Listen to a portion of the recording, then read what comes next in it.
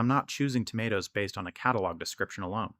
I'm choosing based on what happens in this driveway garden in these containers here in Portland and with our weather. The split resistance is something I appreciated later.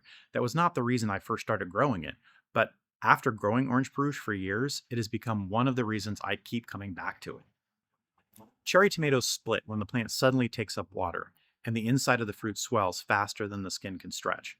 That can happen after rain and uneven watering, or even when a container dries down and gets deep watering. In a half whiskey barrel, that matters. A half whiskey barrel gives a tomato a good amount of root space, but it's still a container. It doesn't buffer moisture the same way a large in-ground bed can. The barrel can dry down, then get water, then dry down again.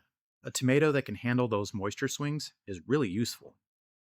That's one of the things I've observed with the Orange Paruche in my own garden. It doesn't split nearly as much as some other sweet cherry tomatoes I've grown, and that changes the experience of growing it. Because productivity is not just about how many tomatoes a plant can technically produce, it's about how many good tomatoes you can actually get to harvest and eat. A tomato plant can be loaded with fruit, but if half of them split after a rain or after a watering swing, then the real harvest is smaller than it looks. Orange Peruche gives me more usable fruit, and in a small garden, usable fruit matters. That's really the balance I like about this tomato.